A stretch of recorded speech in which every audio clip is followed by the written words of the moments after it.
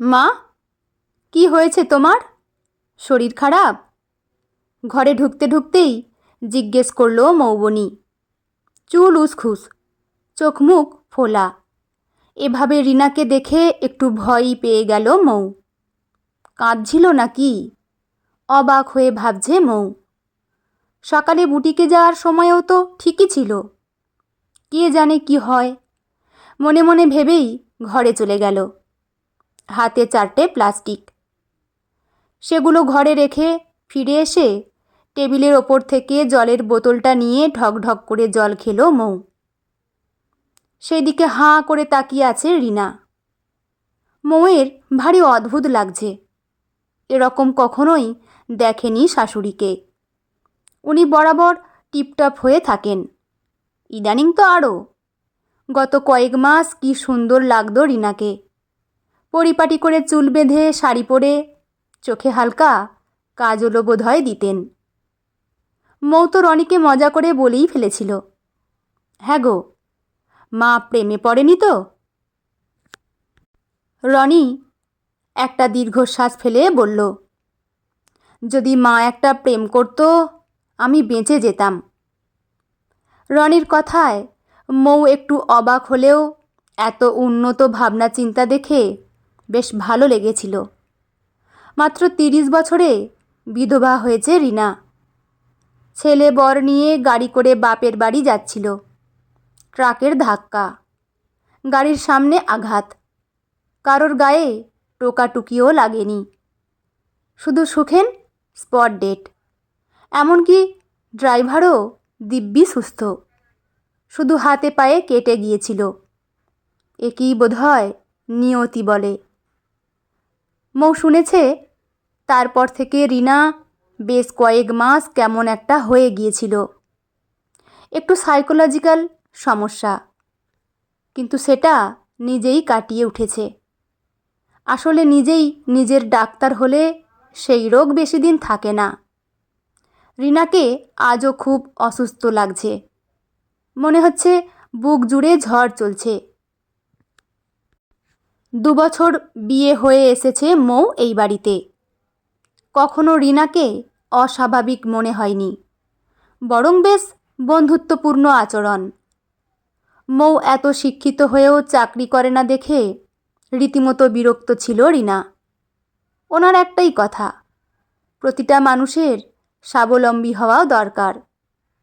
জীবন কাকে কী দিন দেখায় কেউ জানে না। রিনার রিটায়ারমেন্টের পর যে টাকা পেয়েছিল সেই দিয়েই তো গলির মোড়ে মেন রাস্তার কাছে বুটিক খুলে দিয়েছিল। প্রথম প্রথম কম উৎসাহ ছিল, কিন্তু কয়েক মাস ধরে আর সেরকম যায় না। মৌও কিছু বলেনি। সারা জীবন তো খাটলো। বরের চাকরি পেয়ে সেটাই করে রনিকে মানুষ করলো। যথেষ্ট সুন্দরী, চাইলেই নিজের জীবনটা গুছিয়ে নিতে পারত। কিন্তু না, উনি শুধুই ছেলে ছেলে করে জীবন কাটিয়ে দিলেন। কে জানে এখন হয়তো আফসোস করছেন। মৌ ঘড়ি দেখল, 2টো বাজে। এই সময় খেতে আসে ও। শাশুড়ির সঙ্গে খেয়ে আবার 3:30 নাগাদ যায়। আজ আবার 3টে শাড়ি ডেলিভারি করতে হবে, উল্টো দিকের ফ্ল্যাটেই। ওর কুরিয়ার বয় আছে, কিন্তু এটা এত কাছে বলে ও নিজেই নিয়ে এসেছে। মা, চলো খেয়ে নিই। মৌ বলতেই রিনা বলল, তুই খা, আমি পরে খাচ্ছি। ধুর, এরকম আবার হয় নাকি? যদি পরে খাও তাহলে আমি 2টো শাড়ি উল্টো দিকের ফ্ল্যাটটায় দিয়ে আসি। উল্টো দিকের ফ্ল্যাট শুনেই চমকে তাকালো রিনা, চোখে মুখে উৎসাহ। উল্টো দিকের কোন ফ্ল্যাট রে?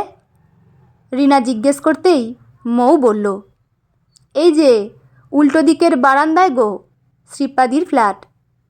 একটা হ্যান্ডলুম অর্ডার দিয়েছে সেই কবে, দামও দিয়ে দিয়েছে, কিন্তু কিছুতেই নিতে আসতে পারছে না।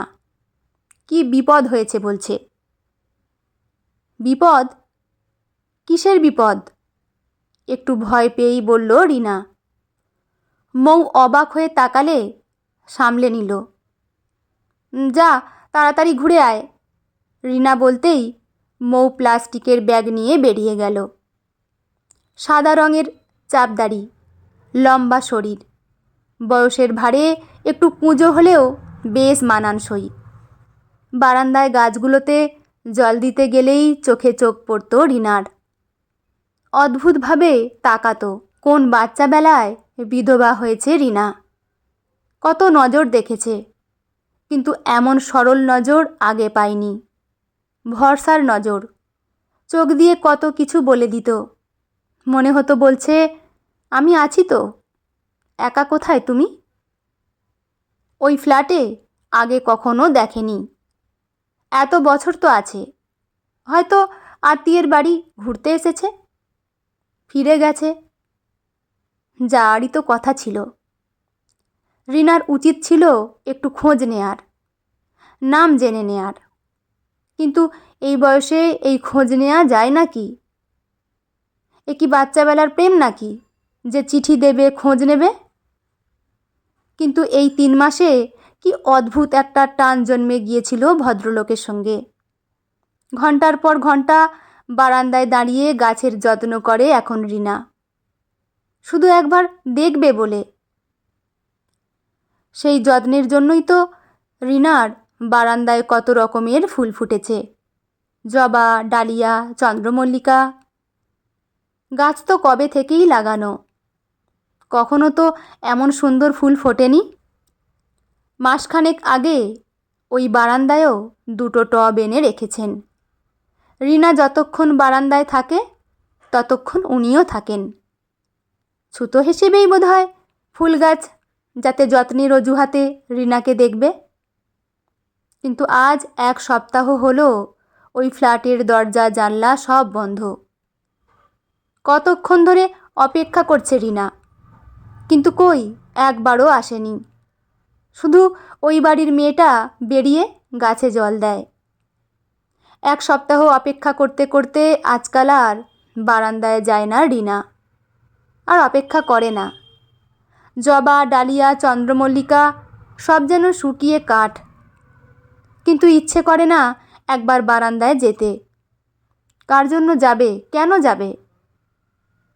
কেঁদে ফেলল রিনা।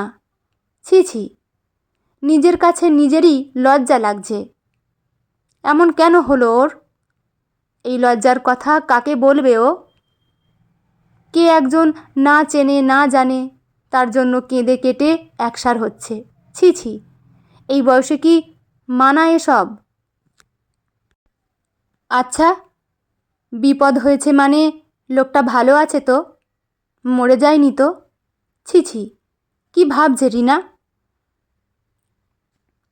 আসলে রিনার ভাগ্য তো, আষাঢ়ে মেঘ দেখলেই বুক কেঁপে ওঠে। একবার ফোন করবে কি মৌকে?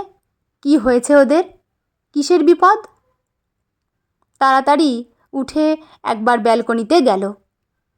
আজ প্রায় 3 দিন পর গাছগুলোকে কোনো রকমে জল খাইয়েই ঢুকে এলো।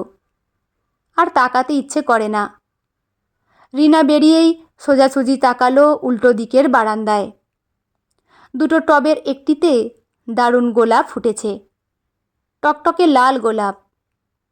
কান্না পেয়ে গেল রিনার।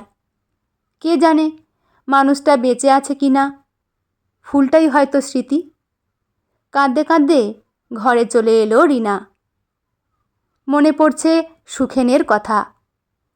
কি সুখের সংসার ছিল রিনার, ছেলে, বর, পায়ে লুটাতো সুখ। কিন্তু ভাগ্য, সুখ যে ভাগ্যকে জড়িয়েই থাকে।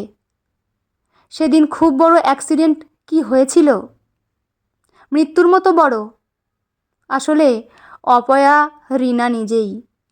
ওর নজর যার ওপর পড়ে সেই শেষ হয়ে যায়।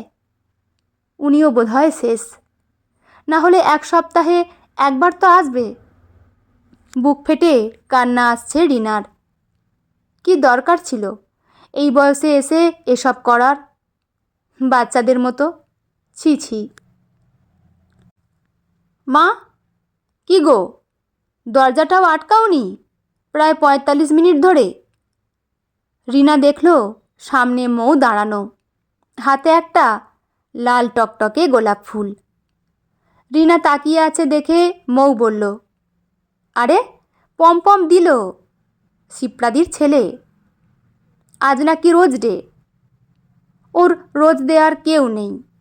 মেসোমশাই বললেন, দেখ বাইরের গাছে লাল গোলাপ ফুটেছে, ছিঁড়ে এনে আন্টিকে দিয়ে দে, বাড়ি নিয়ে যাক। মেসোমশাই? রিনা জিজ্ঞেস করতেই মৌ বলল, শিপ্রাদির বাবা, ওর দাদা আমেরিকায় থাকে, ভদ্রলোক ওখানেই থাকতেন। শিপ্রাদি নিয়ে এসেছিল এখানে, যেন শেষ বয়সটা এখানেই থাকেন। ব্যাস, ডেঙ্গু হয়ে গেল। একটু থেমে আবার বলল মৌ, জানো কোন ছোটবেলায় বউ মারা গেছে? একা হাতে ছেলে মেয়েকে মানুষ করেছেন। আমি আবার তোমার কথা বললাম। জানো মা, আমি আর শিপ্রাদি মিলে ঠিক করলাম তোমাদের দুটোকে আবার বিয়ে দেব।